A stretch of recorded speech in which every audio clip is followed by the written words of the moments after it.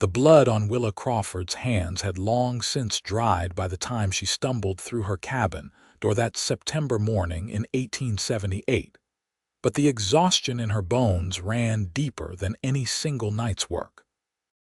She had delivered 3 babies in the span of 18 hours across the scattered homesteads outside Kennewick, Washington Territory, and the last one had been a breech birth that nearly claimed both mother and child before Willa's experienced hands turned the infant at the final moment.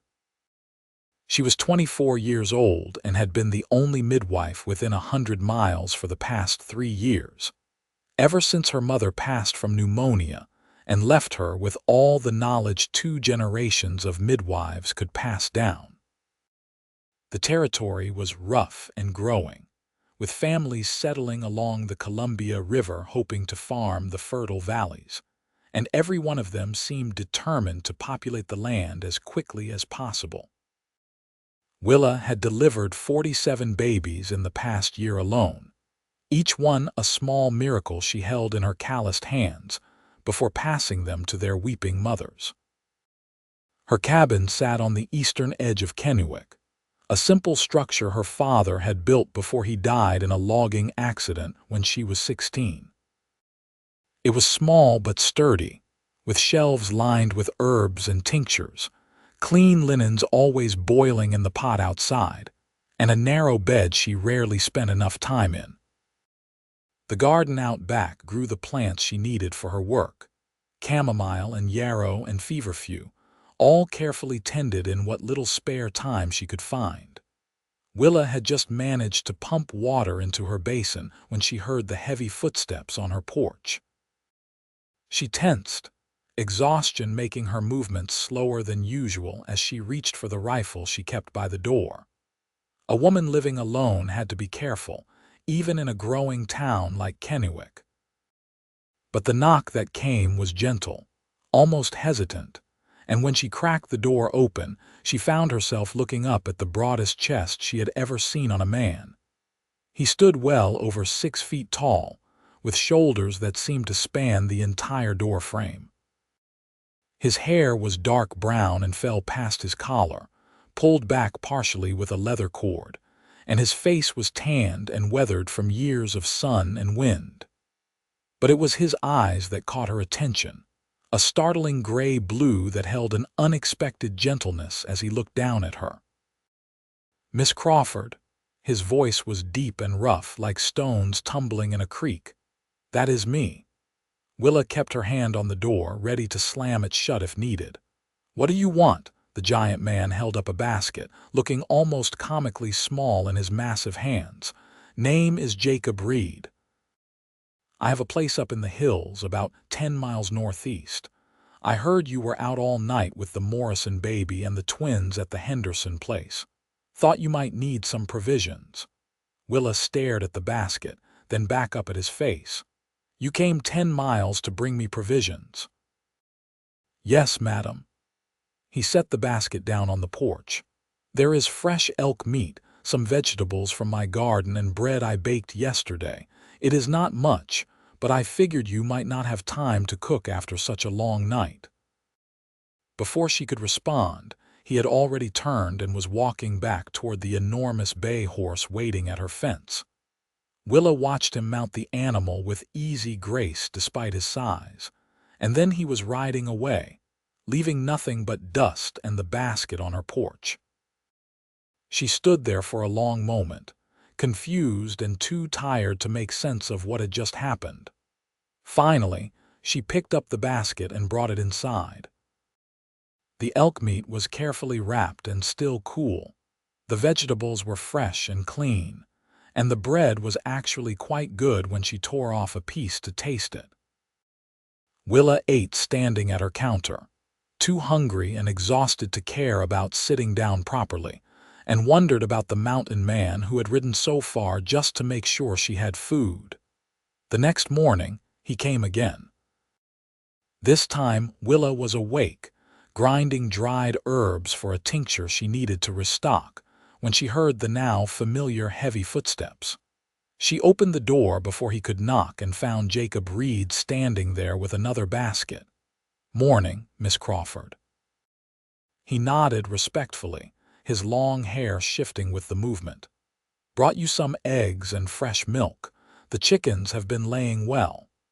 Mr. Reed, you cannot keep riding 20 miles round trip every day just to bring me food."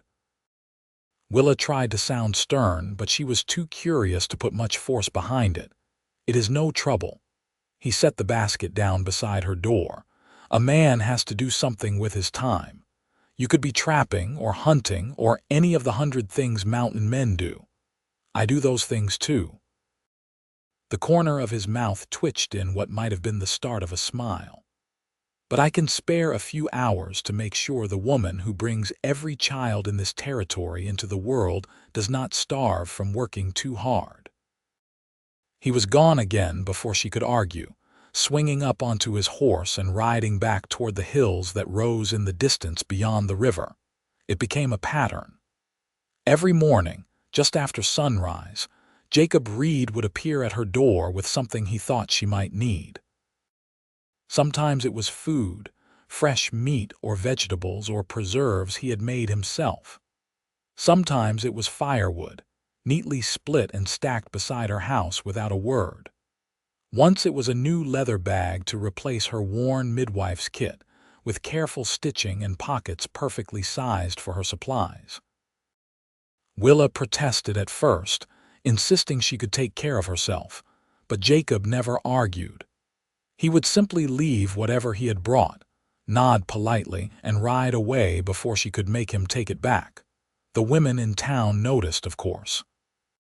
Kennewick was small enough that everyone knew everyone's business, and a giant mountain man making daily visits to the unmarried midwife was exactly the kind of gossip that spread like wildfire. "I heard he is absolutely smitten, Mrs. Henderson said one afternoon while Willa checked on her month-old twins. "Margaret from the general store said he comes into town afterward sometimes, and he has the most contented look on his face." "He is just being kind," Willa replied, keeping her attention on the babies. Both were healthy and growing well, their little fists waving as she examined them. "Kind is bringing a casserole once. This man rides 10 miles every single day." Mrs. Henderson bounced her son gently as he fussed. "That is not kind, dear. That is courting." Willa felt heat rise in her cheeks. "He has never said anything of the sort. Men like that do not use words, they use actions." Mrs. Henderson smiled knowingly. "And his actions are saying plenty." Willa tried to dismiss the idea, but she found herself thinking about it more than she wanted to admit. She was used to taking care of herself, to being the one everyone relied on but who had no one to rely on in return. The steady presence of Jacob Reed, showing up every morning without fail, was beginning to feel like something she could depend on. It was terrifying and comforting in equal measure. 3 weeks after his first visit, a complication with a birth kept Willa out all night again. The baby was positioned wrong and the mother was weakening, and for hours, Willa worked by lamplight in the small homestead, her hands steady even as her heart pounded with fear. Finally, just before dawn, she managed to turn the baby and deliver a healthy boy into the world. The mother was exhausted but alive, and Willa stayed long enough to make sure both were stable before accepting a ride back to town from the father. She arrived home just as the sun was breaking over the hills and found Jacob Reed sitting on her porch steps, waiting. He stood as soon as he saw her, his face creasing with concern. "I heard there were complications at the Porter place. Are you all right?" "I am fine. Mother and baby are both well." Willa climbed down from the wagon with a grateful nod to Mr. Porter, who immediately turned his horses back toward home. "You look dead on your feet." Jacob moved toward her, and for a moment Willa thought he might actually pick her up. Instead, he held out his arm. "Let me help you inside." She was too tired to refuse. His arm was solid as a tree trunk beneath her hand, muscles moving beneath his shirt as he guided her carefully up the steps. He had to duck slightly to get through her doorway, and Willa found herself noticing details she had been too busy to see before. The way his hair curled slightly at the ends where it touched his collar, the small scar above his left eyebrow, the care with which he moved through her small space, as if afraid his size might accidentally break something. "Sit down before you fall down," he said gently, guiding her to the chair by her table. Willa sat and watched through heavy-lidded eyes as Jacob moved around her kitchen with surprising efficiency. He stoked the fire in her stove, set water to boil, and somehow produced fresh bread and butter from the basket he must have left on the porch. Within minutes he had hot tea and food in front of her. "Eat," he said, his voice quiet but firm. "Then sleep. I have work to do. I need to restock my supplies, and the Morrison baby needs checking on, and the work will wait a few hours." Jacob pulled up the other chair and sat down across from her. The chair looked absurdly small beneath him. "You cannot help anyone if you collapse from exhaustion. I have been doing this for 3 years. I know my limits. Do you?" His gray-blue eyes met hers steadily. "Because from where I am sitting, you look like you have not had a full night's sleep in months." Willa wanted to argue, but the truth of his words settled over her like a heavy blanket. She could not remember the last time she had slept more than a few hours at a stretch. Babies came when they came, and she had to be ready. There was no one else to share the burden. "I am the only midwife for 100 miles, she said quietly. "If I do not go, women die, babies die. I have seen it happen." Something shifted in Jacob's expression, a softening that made him look younger despite the weathered lines around his eyes. "I know. That is why you need someone to make sure you are taken care of too. And you appointed yourself to that role. Someone had to." He leaned back in his chair, which creaked ominously under his weight. "You spend your life bringing other people's children safely into the world. The least I can do is make sure you eat regular meals." "Why?" The question came out more vulnerable than Willa intended. "Why do you care?" Jacob was quiet for a long moment, his large hands resting on the table between them. 3 years ago, my sister died giving birth. She lived up in the mountains with her husband, too far from any town or any help. The baby died too. My brother-in-law found me 2 days later to tell me." He looked up at her, and the old pain in his eyes was clear. "I was the one who had to bury them both. My sister was 19 years old." Willa's breath caught in her throat. "I am so sorry. When I moved to this area and heard there was a midwife who would ride through any weather to any homestead, no matter how poor the family or how dangerous the ride, I thought maybe if there had been someone like you where my sister lived, she might still be here." He straightened slightly, his shoulders squaring. "I cannot change what happened to her, but I can make sure the woman who saves other sisters, other daughters, does not work herself to death doing it." The raw honesty in his words cut through all of Willa's defenses. She had spent so long being the strong one, the capable one, that she had forgotten what it felt like to have someone worry about her welfare. "I do not know what to say," she whispered. "You do not have to say anything. Just eat your breakfast and get some sleep." Jacob stood, and the chair seemed to sigh with relief. "I will be back tomorrow morning, same as always." This time, Willa did not protest. She simply nodded and watched as he let himself out, closing the door gently behind him. She finished her breakfast in the quiet of her cabin, tasting it properly for the first time. The bread was good, soft, and slightly sweet, and she wondered if Jacob had learned to bake out of necessity living alone in the mountains, or if someone had taught him. There was so much she did not know about him. Willa cleaned up and crawled into bed, falling asleep almost instantly. When she woke, it was late afternoon and someone had left another basket on her porch. Inside was a thick quilt, beautifully made with careful stitches, and a note in rough handwriting that simply said, "For the cold nights ahead." Autumn was settling over the Washington Territory, turning the hills golden and bringing a chill to the evening air. Willa wrapped herself in the quilt that night and felt warmer than she had in years. The next morning, she woke early and for once was not rushing off to a birth.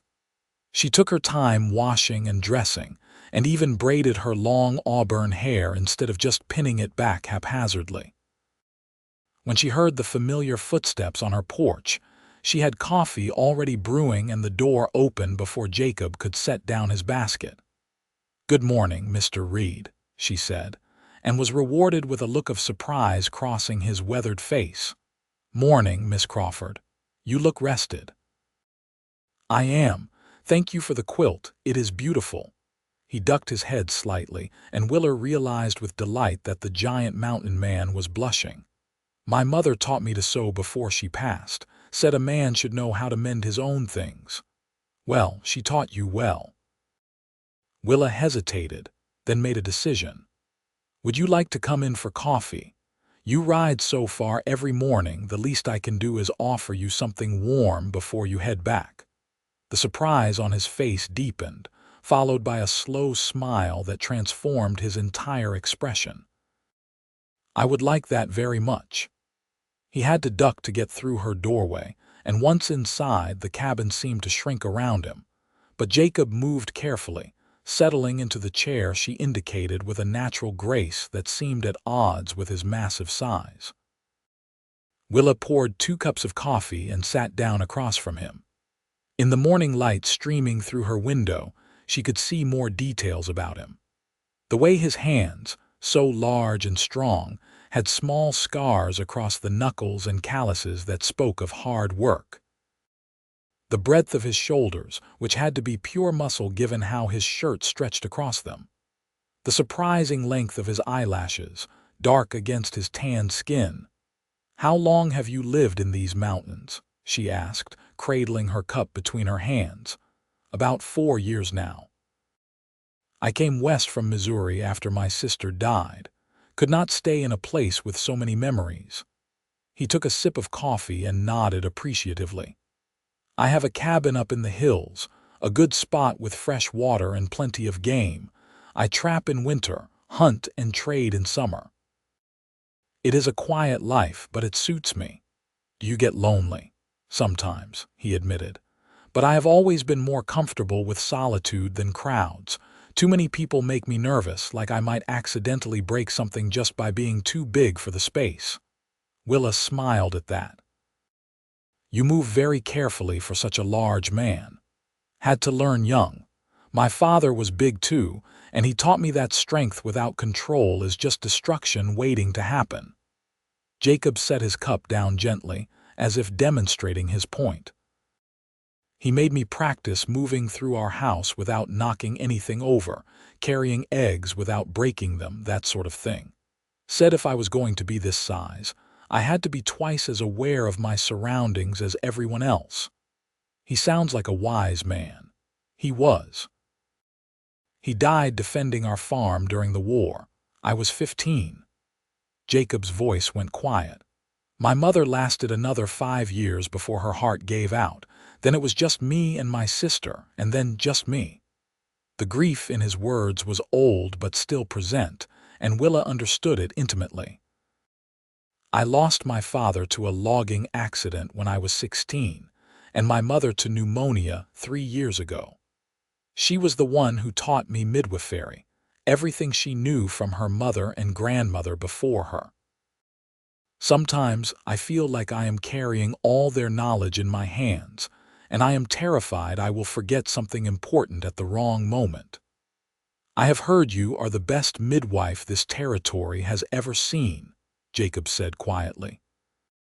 "Every woman I have talked to says you saved their life or their baby's life or both.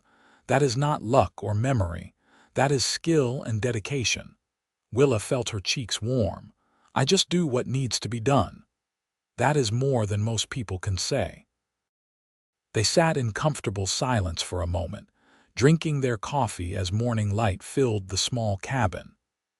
Willa found herself studying Jacob's face, the strong line of his jaw beneath several days' worth of beard, the way the corners of his eyes crinkled slightly when he looked at her. He was handsome in a rough, untamed way that suited the wild territory they lived in. "Can I ask you something?" she said suddenly. "Of course. Why do you really come here every day? I understand about your sister and wanting to help, but this is more than that. You could send supplies with someone else, or just leave them without waiting to see me." Jacob met her eyes steadily, and Willa saw something in them that made her heart beat faster. "The first time I saw you was about 6 months ago in town.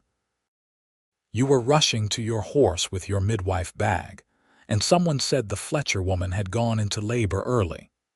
You looked exhausted even then, with dark circles under your eyes, but there was such determination in the way you moved. Like nothing in the world would stop you from getting to that woman in time."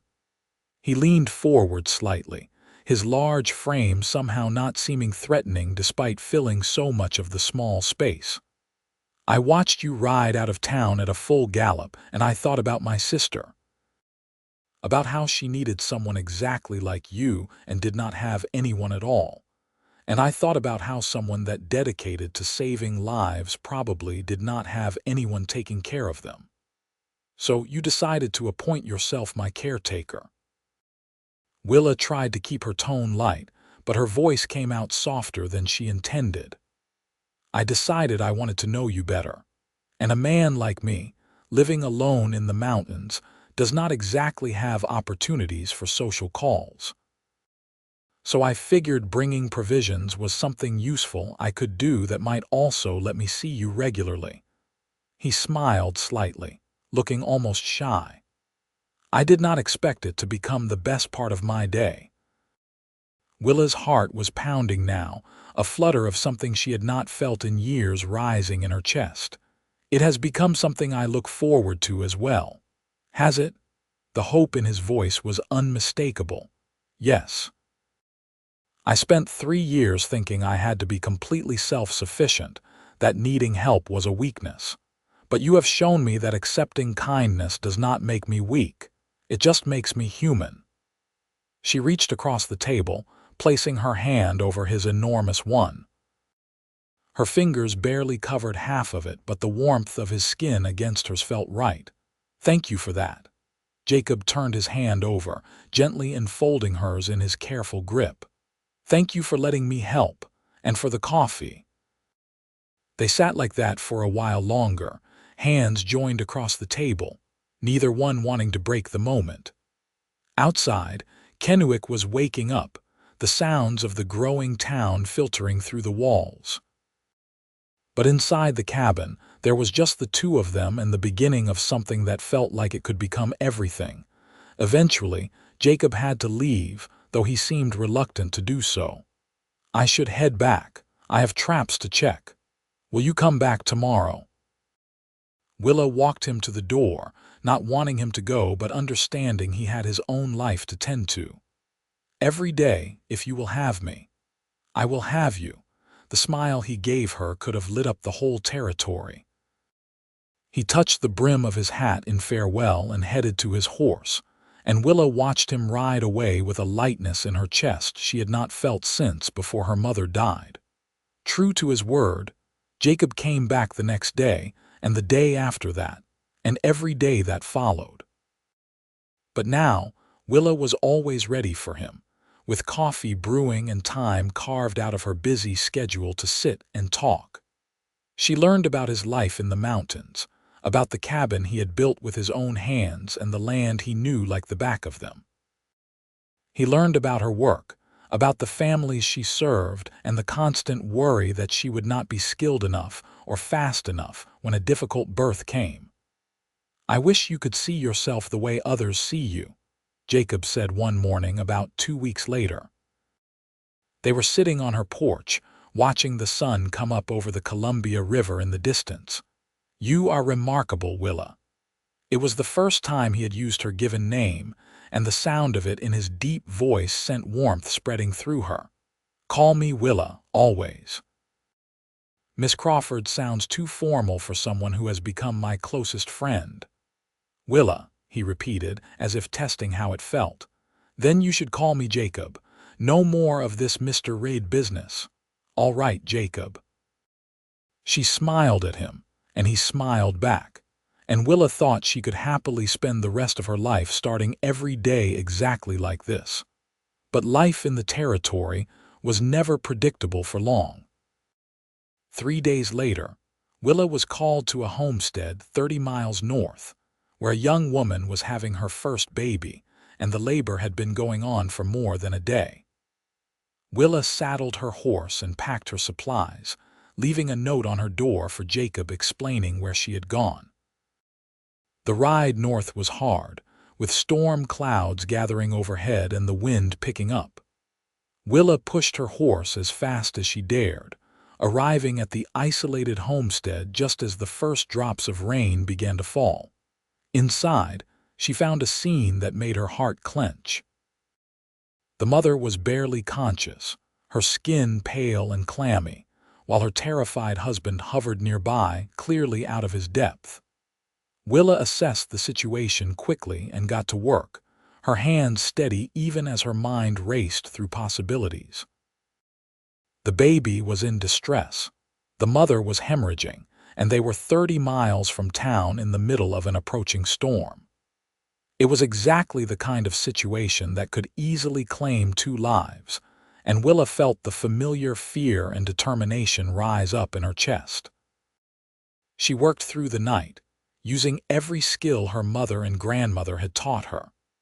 The storm raged outside, rain pounding on the roof and wind howling around the small cabin, but Willa barely noticed.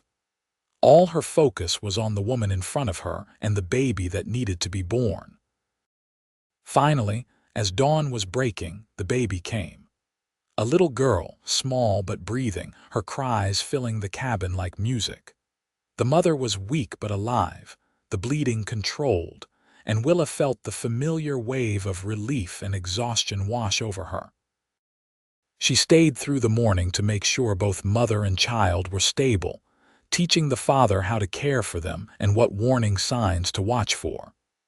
By the time she stepped outside, it was nearly noon and the storm had passed, leaving the world washed clean and sparkling in the sunlight. Her horse was waiting where she had left it, but standing beside it was another horse, massive and bay with a rider who made her heart leap into her throat. Jacob was there, his long hair dripping from the rain, his face creased with worry. The moment he saw her, he dismounted and strode toward her, covering the distance in just a few long steps. "Are you all right?" His hands came up as if to touch her, then hesitated. "I came as soon as I found your note. The storm was bad and I was worried. I am fine. Mother and baby are both alive." Willa looked up at him, at the genuine concern in his eyes, and felt something inside her chest crack open. "You rode 30 miles in a storm to check on me. I would ride 300 miles if I thought you needed help." Jacob's hands finally made contact, gentle on her shoulders. "Willa, I know we have only known each other a few months, but I need you to understand something." "What?" "I am in love with you." The words came out quiet but firm, like a vow. "I think I started falling the first time I saw you, and every day since has just made it stronger. You are the strongest, bravest, most caring person I have ever met, and I cannot imagine my life without you in it anymore." Willa stared up at him, at this giant of a man who had ridden through a storm just to make sure she was safe, and felt tears prick her eyes. "I love you too. I think I have for weeks now, but I was afraid to admit it. Afraid that if I let myself depend on you, something would happen and I would lose you like I have lost everyone else. You are not going to lose me." Jacob's hands moved from her shoulders to cup her face, so gentle despite their size. "I am not going anywhere, Willa. I promise you that." Then he was kissing her, and Willa was kissing him back, and everything else faded away. His lips were warm despite the rain, and he tasted like coffee and promises. She wrapped her arms around his neck, having to stretch up even on her toes to reach, and felt his arms come around her waist, lifting her slightly so she did not have to strain. When they finally pulled apart, both breathing hard, Jacob rested his forehead against hers. "Come home with me. Not forever, not yet, but come see where I live. Let me show you the life I want to build with you. I cannot. What if someone needs me? What if there is a birth? Then we will ride back together as fast as these horses can carry us." He pulled back slightly to look into her eyes. "But you need rest, Willa. You just worked all night in the middle of a storm. Come with me for a day, maybe two. Let yourself have that." It went against every instinct she had, every rule she had set for herself about always being available, always being ready. But as she looked into Jacob's eyes and saw the love and hope there, Willa found herself nodding. All right. 2 days. The ride to Jacob's cabin took several hours, following paths into the hills that Willa had never traveled. The land grew wilder the farther they went from town, with pine trees towering overhead and the sound of rushing water echoing through the valleys. Jacob led the way, occasionally looking back to make sure she was keeping up, and Willa found herself seeing the territory through new eyes. This was his world, wild and beautiful and untamed. His cabin appeared suddenly, nestled in a clearing beside a fast-flowing creek. It was larger than Willa had expected, solidly built from logs he must have cut and hauled himself. There was a barn for his horse, a chicken coop with fat hens scratching in the dirt, and a garden that even this late in the season showed signs of careful tending. "You built all this yourself?" Willa asked as Jacob helped her dismount, his large hands steady on her waist. "Over the past 4 years, it has been a work in progress." He looked almost nervous, which was endearing on such a large man. "I know it is not much compared to living in town, but it is home." "It is wonderful," Willa said honestly. The cabin had a solid, permanent feel to it, like something built to last generations. "Show me inside." The interior was just as impressive as the exterior. The main room had a large stone fireplace, a table and chairs Jacob must have made himself, and shelves lined with books and supplies. Everything was neat and organized, the space of someone who lived alone and took care of their things. A ladder led up to a loft where she could see a bed, and there were windows that let in plenty of light. But what caught Willa's attention most was the half-finished cradle sitting by the fireplace, delicate carvings of leaves and flowers decorating the wood. "Jacob, this is beautiful. Who is it for?" He came to stand beside her, reaching out to run one large hand over the smooth wood. "I started it a few weeks ago. I was not sure if I was being presumptuous, but I found myself thinking about the future, about what I hoped might happen." He looked down at her, vulnerability clear in his expression. "About you and me, and maybe someday a child who would need somewhere safe to sleep." Willa's breath caught in her throat. "You were making this for our child, for a baby we do not even have yet." "I know it is too fast. I know we have only been courting for a couple of months, but Willa, I am 30 years old and I have never felt about anyone the way I feel about you. I look at you and I see my whole future, if you will have me." Instead of answering with words, Willa stood on her toes and pulled him down for another kiss. This one was deeper, more urgent, full of all the loneliness and longing they had both been carrying. Jacob made a sound low in his throat and lifted her easily, carrying her toward the ladder to the loft. "Are you sure?" he asked against her lips, even as his hands tightened on her waist. "I do not want to rush you. I am sure. I have been alone for so long, Jacob. I do not want to be alone anymore." They made love in his bed as afternoon sunlight streamed through the loft window, and Willa discovered that for all his size and strength, Jacob was incredibly gentle. He touched her like she was something precious. something that might break, and she had to encourage him to let go of his careful control. When he finally did, it was glorious, and afterward they lay tangled together in his quilts, her small frame completely enveloped by his larger one. "Marry me," Jacob said into her hair. It was not a question, but it was not quite a demand either. "Marry me, Willa. Let me spend the rest of my life taking care of you the way you take care of everyone else." "Yes," Willa said simply, because there was no other answer her heart would allow. "Yes, I will marry you." They stayed in the cabin for 2 days, as promised, and it was the most peaceful time Willa could remember having in years. Jacob showed her his land, the trap lines and hunting trails, the spots where he fished and the clearings where deer came to graze. He cooked for her, simple but hearty meals, and they talked about everything and nothing as the sun traced its path across the sky. On the second evening, as they sat by the fire, Jacob brought out a small box. Inside was a ring, simple silver with a small blue stone set in the center. "It was my grandmother's," he said, taking Willa's hand and sliding it onto her finger. "It fit perfectly. My mother gave it to me before she died and told me to save it for the woman I could not imagine living without. That is you, Willa.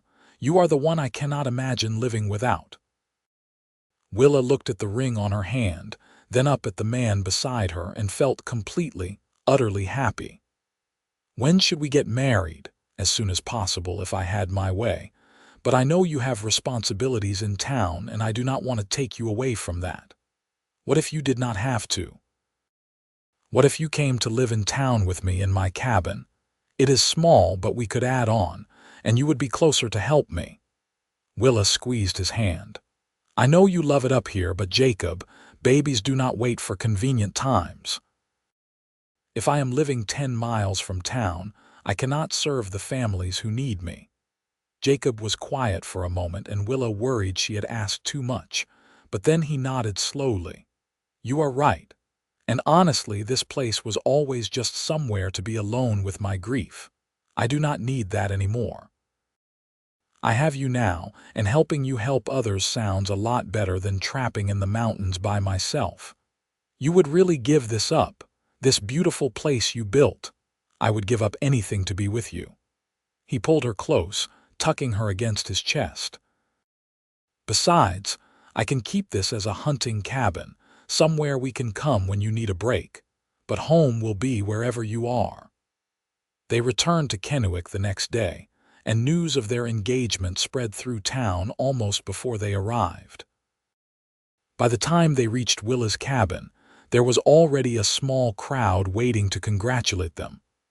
"About time," Mrs. Henderson said, balancing one of her twins on her hip. "We have been placing bets on when he would finally ask. I said by the end of September, so I just won $2. "You were betting on our engagement." Willa looked between the gathered women, torn between amusement and exasperation. "Dear, we have been watching that man make moon eyes at you for months. It was only a matter of time." Mrs. Morrison laughed. "Besides, we all think it is wonderful. You deserve happiness, Willa. No one works harder than you." The wedding was planned for 3 weeks later, which was just enough time for Jacob to make a trip back to his cabin to collect his important possessions, and for Willa to work with the local carpenter on adding a room to her small house. Jacob did most of the actual building himself, his enormous strength making quick work of what would have taken other men weeks. Willa continued her work, delivering babies and tending to pregnant women, but now Jacob often accompanied her on calls. He would wait outside, chopping wood or tending to the family's livestock while Willa did her work, and then he would be there to help her home when she was exhausted. The families began to expect him, and more than one husband expressed relief at having another man around who could handle the heavy work, while Willa handled the delicate task of bringing their children into the world. The wedding itself was simple but beautiful, held in the small church at the center of Kennewick on a sunny October morning in 1878. Willa wore her mother's wedding dress, carefully preserved in a trunk, and Jacob wore new clothes from the general store that still somehow managed to look too small on his massive frame. The preacher who married them was the same one who had baptized Willa as a baby, and his voice shook with emotion as he pronounced them husband and wife. Jacob kissed her in front of the whole town, lifting her off her feet in his enthusiasm, and everyone cheered. The reception was held in the town square, with food provided by every family Willa had ever helped. There was more than anyone could possibly eat, tables groaning under the weight of roasts and pies and fresh bread and preserves. Children ran underfoot, several of them babies Willa had delivered, and she felt a profound sense of belonging to this community she had served for so long. As the sun set and lanterns were lit, Jacob pulled Willa away from the crowd for a dance. Someone had brought a fiddle, and the music was lively and bright in the cooling air. "Happy?" Jacob asked, one large hand at her waist, the other holding hers gently. "Happier than I ever thought I could be," Willa admitted. "I spent so long thinking I had to do everything alone, that letting someone help me was weakness. But you have shown me that accepting love and giving it back is the strongest thing a person can do. You taught me that life is worth living again," Jacob said quietly. "After my sister died, I thought the best I could hope for was to exist. Just get through each day. But you showed me that there is still beauty and hope in the world, and that I could be part of it instead of just watching from the mountains." They danced until the moon was high and the crowd had thinned, and then they walked hand in hand back to their cabin, to the home they would share and the life they would build together. That first night as husband and wife was tender and passionate, and Willa fell asleep wrapped in Jacob's arms, feeling safer and more loved than she ever had before. The months that followed fell into a comfortable rhythm. Willa continued her work as a midwife, and Jacob became an unofficial assistant, helping families with repairs and heavy work while she delivered their babies. He also took over the hunting and providing for their household, keeping them well supplied with meat and tending the expanded garden they put in that spring. Winter came hard to the Washington Territory that year, with snow piling high and temperatures dropping well below freezing. But Willa and Jacob were warm in their cabin, with a good store of supplies and each other for comfort. When births happened during blizzards, Jacob would bundle Willa up and drive her in the sled he had built, waiting outside in the freezing cold for however long it took, then bringing her safely home again. "You are going to catch your death waiting out in this weather," Willa scolded one night after a particularly difficult birth during a snowstorm. "I have survived worse," Jacob assured her, his beard now full and covered with frost. "Besides, I would wait through 100 snowstorms to make sure you are safe." Spring came eventually, melting the snow and revealing the first green shoots in the garden. Willa found herself feeling oddly tired as the weather warmed, her stomach unsettled in the mornings. It took her almost 2 weeks to realize what her own body was telling her, and when she finally did, she sat down hard on the porch steps, her hand going to her still flat belly. She was pregnant. She, who had delivered countless babies, was finally going to have one of her own. Jacob was in town buying supplies when she figured it out, and Willa paced the cabin nervously waiting for him to return. She had spent years helping other women through this, but now that it was happening to her, she felt strangely unprepared. What if something went wrong? What if she was not a good mother? What if the birth was difficult and there was no one skilled enough to help her? When Jacob finally came home, he took one look at her face and dropped the supplies, crossing to her in 2 long strides. "What is wrong? Are you all right?" "I am fine." "I am pregnant." The words came out in a rush, and Willa searched his face anxiously for his reaction. For a long moment, Jacob just stared at her. Then a smile spread across his face, so wide and bright it transformed him completely. He let out a whoop of joy that probably echoed all the way to town and picked Willa up, spinning her in a circle before setting her down carefully, as if she might break. "We are having a baby." His hands went to her belly, even though there was nothing to feel yet. "Really? Really?" Willa found herself smiling back, his joy infectious. "In about 7 months, if I am calculating correctly. 7 months. We are going to be parents in 7 months." Jacob looked dazed and delighted in equal measure. "I need to finish that cradle, and we should add another room to the house. And we will need clothes and blankets and—" He trailed off, looking at her. "Are you scared?" "Terrified," Willa admitted. "I have seen everything that can go wrong with a birth, Jacob. I know all the risks. But you also know how to handle them. You are the best midwife in the territory, Willa. If anyone can bring a baby safely into this world, it is you." He cupped her face in his large hands. "And I will be right there with you every step of the way.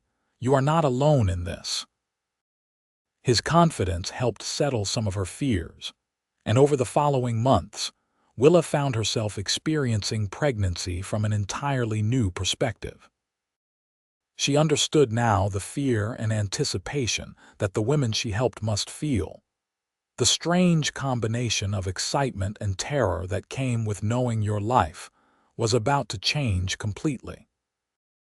Jacob was attentive to the point of being almost overbearing, constantly asking if she needed anything, or if she should really be riding out to distant homesteads in her condition. Willa bore it with as much patience as she could muster, knowing it came from love, even if his hovering sometimes drove her crazy. "I am pregnant, not made of glass," she reminded him one afternoon when he tried to carry her up the porch steps for the 3rd time that week. "I know, but you are carrying something precious. Let me take care of you." How could she argue with that?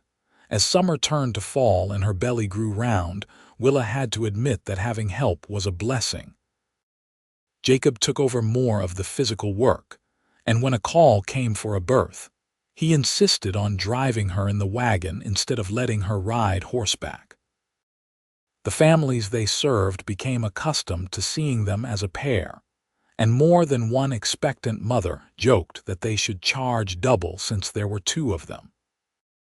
Willa's pregnancy progressed normally, which was both a relief and slightly boring after all the complicated births she had attended. She had half expected something dramatic to happen, but her body seemed content to do exactly what it was supposed to do. Jacob finished the cradle, adding beautiful carvings of animals and flowers, and they prepared the new room for their coming child. In late November, Willa woke in the middle of the night to the first pains of labor. She lay still for a moment, timing the contractions and assessing their strength, then reached over to shake Jacob awake. "It is time," she said simply. Jacob was up and moving immediately, lighting lamps and stoking the fire even though Willa told him it was too early for any of that yet. "Should I get someone? Mrs. Henderson, the doctor from the next town?" "No, I have you, and that is all I need." Willa stood up, breathing through another contraction. "This is going to take a while. First babies usually do." "What do you need me to do?" "Just stay with me. Talk to me. Help me walk when I need to move and support me when I need to rest." She took his hand, feeling how it dwarfed hers. "I can do this, Jacob. We can do this together." The labor lasted through the night and into the next day, long hours of increasing pain that Willa breathed through with Jacob's steady presence beside her. He held her when she needed to be held, walked with her when she needed to move, and never once left her side. When the pain got bad enough that she cried, he cried too, wishing he could take it from her. Finally, as afternoon light streamed through the windows, Willa felt the overwhelming urge to push. Jacob supported her, his strength the only thing keeping her upright, and with a final effort that took everything she had, their baby was born. A boy. A perfect, healthy boy with a shock of dark hair and lungs that announced his arrival to the world with impressive volume. Willa cradled him against her chest, tears streaming down her face as she looked at the tiny life she and Jacob had created. Jacob's arms came around both of them, and she could feel him shaking with emotion. "He is perfect," Jacob whispered, his voice rough. "Willa, he is perfect. You are perfect." "Thank you." They named him James Reed, after Jacob's father, and he became the center of their world. Willa had always loved the babies she delivered, but holding her own child was something entirely different. The fierce, protective love that welled up in her was almost overwhelming. For the first few months, Willa limited her midwifery work, taking only the most urgent cases and staying close to home. Jacob took over more of the daily tasks, proving to be a surprisingly capable father despite his initial nervousness about holding someone so small.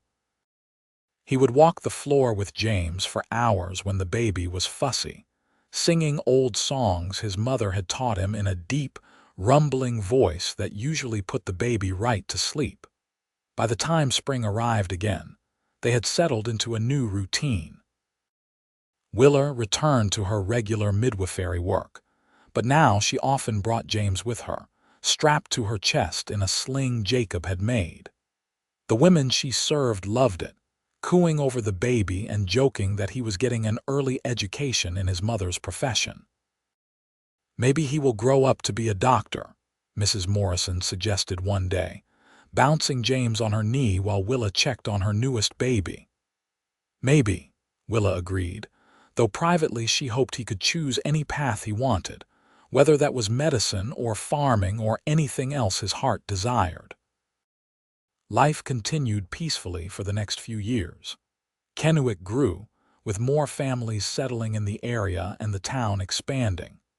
Willa's reputation as a skilled midwife spread, and she found herself traveling farther for births, though Jacob always came with her. James grew into a sturdy toddler, then a curious little boy, often playing in the corner of whatever room his mother was working in. When James was 3, Willa became pregnant again. This time she was less frightened, confident in her body's ability to do what it had done before.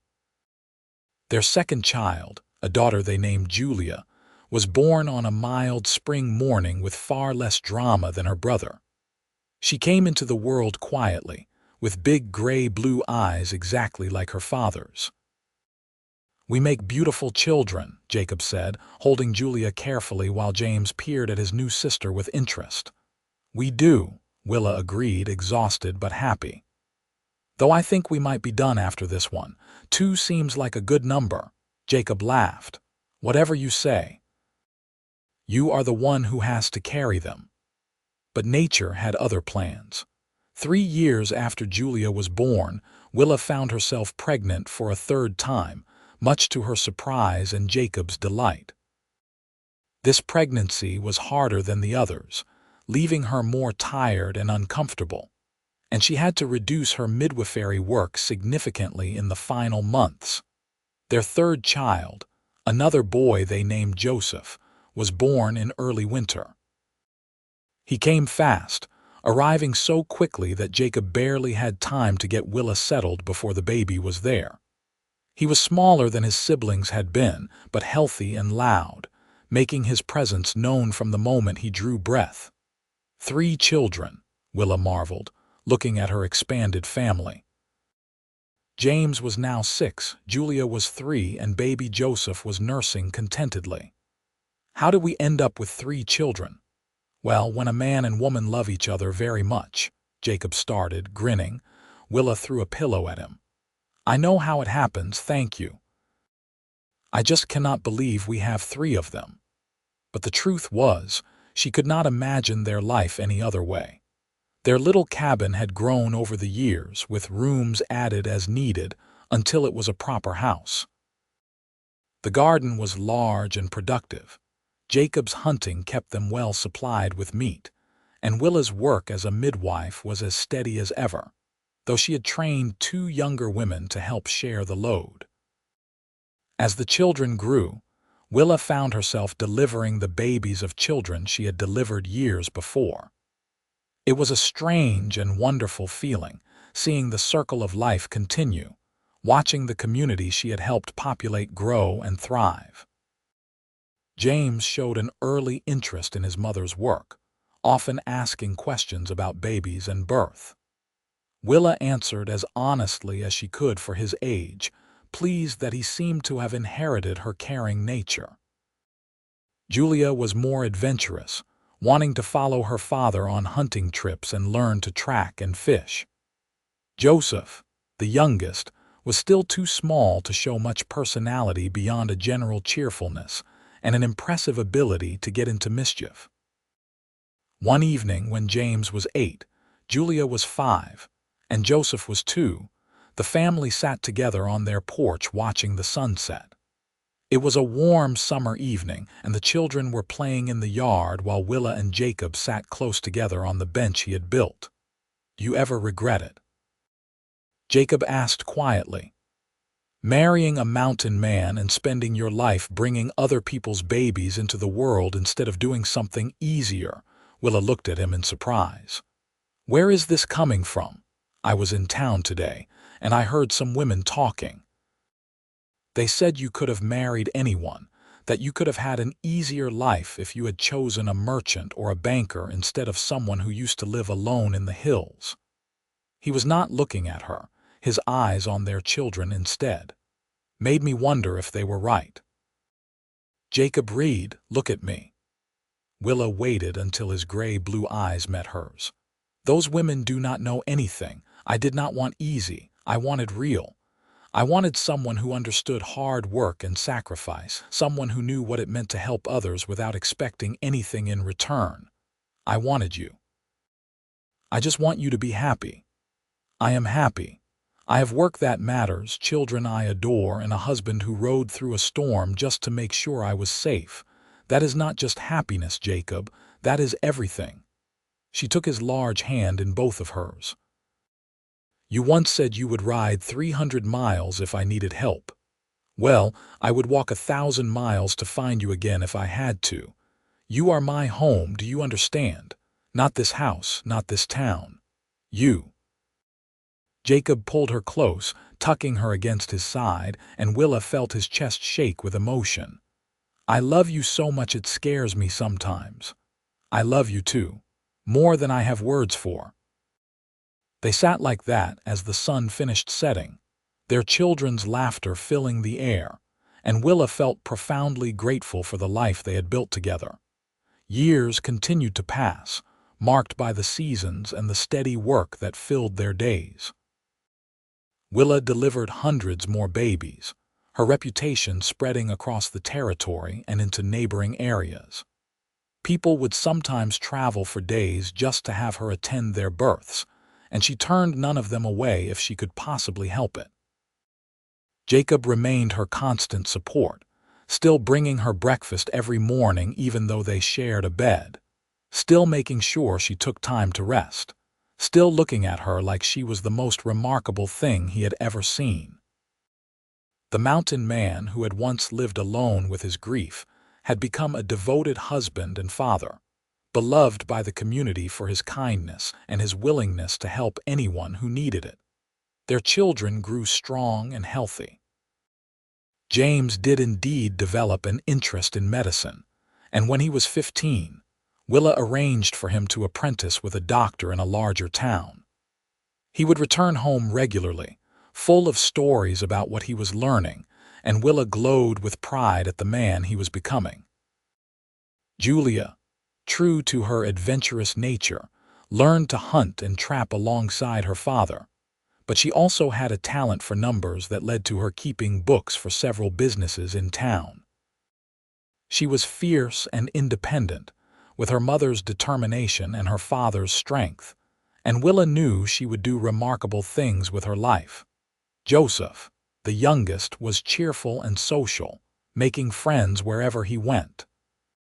He loved animals and showed a natural talent for working with horses, training even the most difficult ones with patience and kindness. When Willa was 42 and Jacob was 48, they sat together on their porch one evening, much as they had done hundreds of times before. Their children were grown now, building lives of their own. James was a practicing doctor in a town 2 days' ride away. Julia had married a good man and was expecting her first child. Joseph was working at a ranch, training horses and apparently courting the rancher's daughter.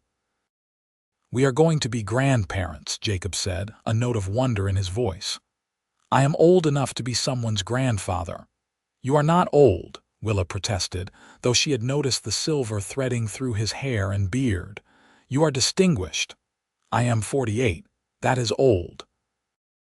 "You can still lift me like I weigh nothing. That is not old." To prove her point, Willa stood and held out her hand. "Dance with me." "There is no music." "So, we do not need music." Jacob smiled and stood, taking her hand and pulling her close. They swayed together in the twilight, moving to a rhythm only they could hear, and Willa rested her head against his chest, listening to the steady beat of his heart. "Thank you," she said quietly. "For what?" "For everything. For riding 10 miles every day just to bring me breakfast. For wading through storms to make sure I got home safely. For building us a home and giving me 3 beautiful children and being exactly the partner I needed even when I did not know I needed one. Willa, you saved me. Before I met you, I was just existing, going through the motions. You reminded me that life is worth living, that I could still be happy despite the grief I had carried for so long." Jacob's arms tightened around her. "I should be thanking you. Then we are both grateful. That seems like a good foundation for a marriage." They danced until the stars came out, and Willa thought about the young woman she had been 14 years ago, exhausted and alone, convinced she had to carry the weight of the world on her shoulders. She thought about the mountain man who had seen past her defenses to the loneliness beneath, and had decided to do something about it, one basket of provisions at a time. True to their speculation, they did become grandparents. Julia gave birth to a healthy baby boy in the spring of 1893, and Willa was there to deliver him, completing a circle she found deeply satisfying. Holding her grandson for the first time, seeing her daughter's face glow with the same love and wonder she had felt when her own children were born, Willa felt like her life's work had come full circle. More grandchildren followed over the years. James married and had twins, a boy and a girl. Joseph and the rancher's daughter had 3 children in quick succession. The house that had once felt so small now overflowed with family whenever they all gathered, and Willa loved every chaotic moment of it. As she entered her 50s, Willa finally began to slow down her midwifery work. The 2 women she had trained years ago were fully capable now, and there was a doctor in town who could handle complications. She still attended some births, especially for families she had served for generations, but she no longer pushed herself to exhaustion trying to reach every woman who might need her. Jacob, meanwhile, had finally grown what he jokingly called his old man beard, silver and white and flowing down to his chest. He still chopped their firewood and tended the garden, though their children and grandchildren often helped now. He had slowed down some, moving more carefully than he once had, but he was still strong and steady, still the man who had promised he would never leave her. They celebrated their 20th wedding anniversary with a party that brought half the town to their property. There was food and music and dancing, and Willa found herself surrounded by people whose lives she had touched over the years. Women she had helped bring safely through childbirth, children she had delivered who were now having children of their own, families she had supported through the most vulnerable moments of their lives. "You have built something remarkable," Jacob said, watching the celebration with satisfaction. Look at all these people. You saved most of them, or their children, or their grandchildren. This whole town exists in part because of you. We built it together, Willa corrected. I could not have done any of it without you supporting me every step of the way. As the sun set on their anniversary celebration, Willa and Jacob found themselves sitting in the exact spot where he had first kissed her all those years ago, after riding through a storm to make sure she was safe. You remember that day? Willa asked, leaning against his shoulder. When you told me you loved me for the first time, I remember every detail. The way your hair was falling out of its braid, the exhaustion in your eyes, the way you looked at me like I had hung the moon when I said I had ridden through the storm to check on you. Jacob pressed a kiss to the top of her head. Best day of my life until we got married. Then every day with you has been the best day. You old romantic. You love it. I really do. They sat together as the party continued around them, surrounded by family and friends, and Willa felt a profound sense of contentment. This was what happiness looked like. Not perfection, not ease, but a life built on love and purpose, shared with someone who saw you completely and loved you anyway. As Willa entered her 60s, she officially retired from midwifery, though she still advised the younger midwives and occasionally attended births for close friends. She spent her time gardening, preserving food and spoiling her grandchildren, who had grown to 8 in number with another on the way. Jacob remained her constant companion, now silver-haired and moving slower but still strong in the ways that mattered. They took walks together every evening when the weather allowed, exploring the paths around their home and talking about everything and nothing, just as they had done for decades. One evening in the late summer of 1903, they sat on their porch watching the sunset paint the sky in shades of orange and purple. They were both in their 60s now, their children grown with families of their own, their grandchildren bringing new life and energy to every gathering. I have been thinking, Jacob said, his deep voice still strong despite his age. About that first morning I came to your cabin with a basket of elk meat and vegetables. You were so nervous, Willa remembered, smiling. This enormous man scared to talk to a woman half his size. I was terrified you would tell me to leave and never come back, but I knew I had to try. I had to know you. He took her hand, his palm rough and calloused after a lifetime of hard work. Best decision I ever made. Mine too. Well, my best decision was saying yes when you asked me to marry you. And every day since has just confirmed I made the right choice. They sat in comfortable silence as the sun finished setting, stars beginning to appear in the darkening sky. Somewhere in the distance, a coyote howled, and Jacob unconsciously shifted closer to Willa, still protecting her after all these years. Jacob, Willa said softly.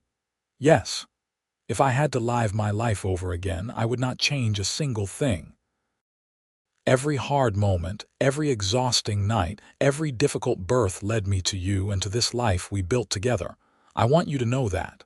I know, and I feel the same way. He squeezed her hand gently. We did good, did we not? 3 children, 8 grandchildren so far, and we are both still healthy and here to enjoy them. We helped dozens of families bring their children safely into the world. We built something that will last long after we are gone. We did very good. Willa rested her head on his shoulder, feeling the steady rise and fall of his breathing. I love you, Jacob Reed, today and always. I love you too, Willa Reed, forever. As the years continued to pass, their love never wavered. They grew old together, watching their grandchildren grow and eventually start bringing great-grandchildren into the world. Willa lived to see several of those great-grandchildren, always delighted when they brought the babies to visit, though her hands shook too much now to hold them with the confidence she once had. Jacob's strength eventually began to fade. his body finally showing the strain of a lifetime of hard work in the mountains. But even as he moved slower and needed help with tasks that had once been easy, his devotion to Willa never changed. He still brought her coffee every morning, though now she often had to help him carry the pot. He still looked at her like she was the most beautiful woman in the world, though her hair was white and her face lined with wrinkles. They celebrated their 40th wedding anniversary surrounded by family, and Willa looked around at the crowd of people all descended from their love and felt overwhelmed with gratitude. James was there with his family, now including several grandchildren of his own. Julia had brought her children and grandchildren, a boisterous group that kept everyone laughing. Joseph and his wife had just welcomed their first grandchild, making Willa and Jacob great-great-grandparents for the first time. "Look at what we made," Jacob said softly, his silver beard now nearly white. "Not just our children, but all of this. All these people who exist because we found each other." "It is pretty remarkable," Willa agreed, her voice wavering with emotion. "We lived a good life, Jacob, the best life." He pulled her close, and despite his age, his arms were still strong around her. "And I would do it all again in a heartbeat." They lived several more years together, each day a gift they did not take for granted. On quiet evenings, they would sit on their porch, holding hands and watching the sunset just as they had done for over 4 decades. Sometimes they talked, reminiscing about the life they had built. Sometimes they sat in comfortable silence, the kind that only comes from a lifetime of knowing someone completely. Willa passed away peacefully in her sleep at the age of 71, with Jacob holding her hand. She simply did not wake up one morning, having lived a full and meaningful life surrounded by love until her last moment. Jacob followed her less than a year later, his heart finally giving out one night while he sat in the chair on the porch where they had spent so many evenings together. The family found him there in the morning, looking peaceful, as if he had simply fallen asleep watching the sunset and waiting for Willa to join him. They were buried side by side in the Kennewick Cemetery, under a large oak tree that provided shade in summer and shelter in winter. Their headstone was simple but meaningful, carved with their names and dates and a single line that summed up their lives together. They delivered love to each other every day. The house they had built together, expanded and improved over the years, remained in the family for generations. Their children and grandchildren and great-grandchildren continued to live in the Kennewick area, contributing to the community just as Willa and Jacob had done. The town itself grew and prospered, eventually becoming a proper city. But the old-timers never forgot the midwife who had delivered nearly every baby in the early days and the mountain man who loved her so completely. He rode 10 miles every day just to make sure she had breakfast. Their love story became something of a legend in Kennewick, passed down through generations as an example of what real devotion looked like. People would point out the house where they had lived and tell the story of how they met, how Jacob had courted Willa with daily deliveries of provisions and kindness, how she had saved countless lives, and he had made sure she was taken care of while she did it. James, their oldest son, became a renowned doctor, carrying on his mother's tradition of helping bring children safely into the world. Julia raised her family with the same fierce independence and love that Willa had shown, teaching her daughters that they could be strong and caring at the same time. Joseph, the youngest, bred the finest horses in the territory and taught his children and grandchildren the value of patience and gentleness in dealing with animals and people alike. Their grandchildren and great-grandchildren would grow up hearing stories about Willa the midwife and Jacob the mountain man, about how he had lived alone in the hills until he saw her and knew he had to know her better. about how she had been so determined to do everything herself until he showed her that accepting help was not weakness, about how they had built a life together based on mutual respect, unwavering support, and love that grew deeper with every passing year. The basket Jacob had brought on that first morning, carefully woven and still sturdy, was passed down through the family as an heirloom. It sat in a place of honor in the homes of his descendants, a reminder of how small acts of kindness could change the course of two lives and create a legacy that would last for generations. In the end, Willa and Jacob's story was not about grand gestures or dramatic moments, though there had been some of those along the way. It was about showing up, every single day, with love and dedication, and a willingness to support each other through whatever life brought. It was about a woman who spent her life bringing babies safely into the world, and a man who made sure she was cared for while she did it. It was about two people who found each other against all odds in a wild and untamed territory and built something beautiful that would outlast them both. Their love had delivered kindness to everyone it touched, spreading outward in ripples that continued long after they were gone. And in a small cemetery in Kennewick, Washington, under an oak tree that had grown tall and strong, two headstones stood side by side, marking the resting place of a midwife and a mountain man who had found everything they needed in each other. The end.